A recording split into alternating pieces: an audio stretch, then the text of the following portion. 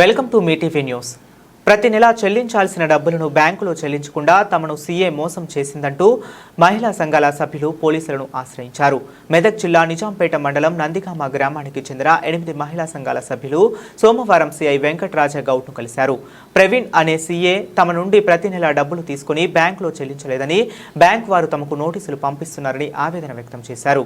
గతంలో సైతం సీఏ గ్రామానికి చెందిన కొన్ని మహిళా సంఘాల డబ్బులను వాడుకున్నారని, ఇప్పుడు తమను డీసీసీబీ బ్యాంకు నుండి పోలీసులు పంపిణీ చేశారని ఆవేదన వ్యక్తం చేశారు. పరారీలో ఉన్న సీఏ ప్రవీణ్ ను అరెస్ట్ చేసి డబ్బులు రికవరీ చేసి తమను ఆదుకోవాలని మహిళా సభ్యులు డిమాండ్ చేశారు.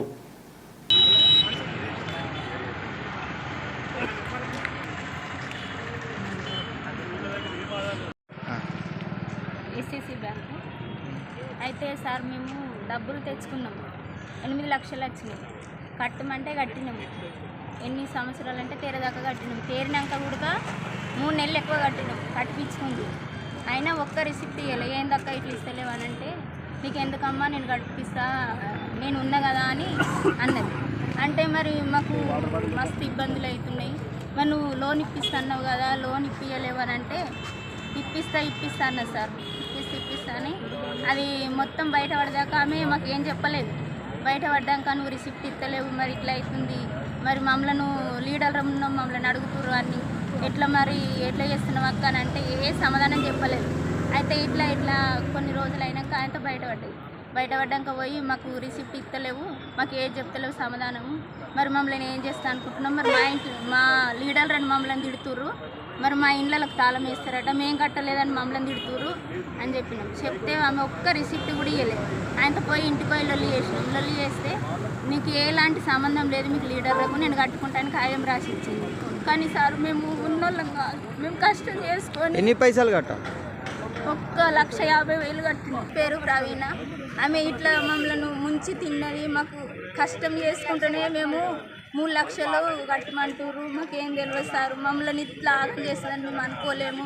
మేము ఎంత పొద్దున్నాక కష్టం చేసి ఒక రోజు కూడా ఉపాసం ఉండి కట్టి మేము అది చేసినాము. కానీ మేము ఒక్కొక్కరము మేము భర్తలు లేక కూడా కష్టం చేసి కట్టినాము. కానీ మమ్మల్ని ఇట్లా చేస్తుందని అనుకోలేము. మేము ఏ ఊరు ఆమె నందిగా. కానీ మేము ఇప్పుడు ఎట్లా కడతామో ఏమో మాకు తెలియదు. ఇప్పుడు లీడర్లు అని అంటారు, లీడర్లు విన్నారు అని వాళ్ళు అంటారు. ఇప్పుడు మేము ఏం చేయలేము. ఎట్లనో మీరు నిర్ణయించండి. నందిగామ విలేజ్. నా పేరు సంతోష. మా పెద్ద మనుషులను పట్టుకొని మాకు గ్రూపుల ఇట్లా జరిగిందని అప్పు తీసుకున్నాము లోను. కోఆపరేటివ్ బ్యాంకులో ఒక 10 మందికి 8 లక్షలు 9 లక్షలు ఇచ్చింది 10 గ్రూపులకు. ఆ 10 గ్రూపులకు డబ్బులు అక్కడనే కట్టించుకుంది. బ్యాంకులకు వెళ్ళి కడతామంటే ఇక్కడనే కట్టురు, నేను బ్యాంకు తీసుకుపోయి కడతాము, ఇన్ని కోటి ఉంది అన్నీ ఉన్నాయని చెప్పి అక్కడనే కట్టుకున్నది సార్. కట్టుకున్నాక బ్యాంకుల డబ్బులు వీళ్ళు కట్టుడు మొత్తం తేరినాక కూడా ఆ డబ్బులు చిన్న పైసా మాకు కట్టలేదని తేరినాయి. ఒక 2-3 నెలల తర్వాత కూడా మాకు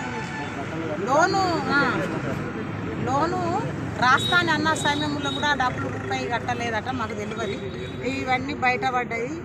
1,50,00,000 రూపాయలతో ఆమె బయటపడ్డది.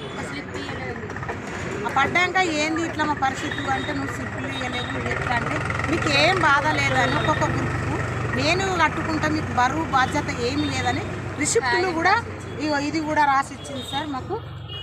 ఇది కూడా ఇట్లా రాసి ఒక్కొక్క గ్రూప్కు ఇచ్చింది.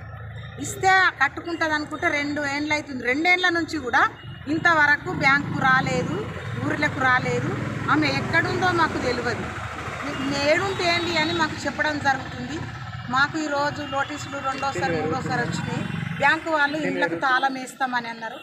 ఇండ్లకు తాళం వేస్తే పిల్లజల్లతో మేము ఎక్కడెళ్ళి బతికేడదని మా ఊరు సర్పంచులతోని, మా పెద్ద మనుషులతోని, మాకు ఇప్పుడు నడిపించే సర్పంచులతో కూడా మేము ఇక్కడ వచ్చినాము.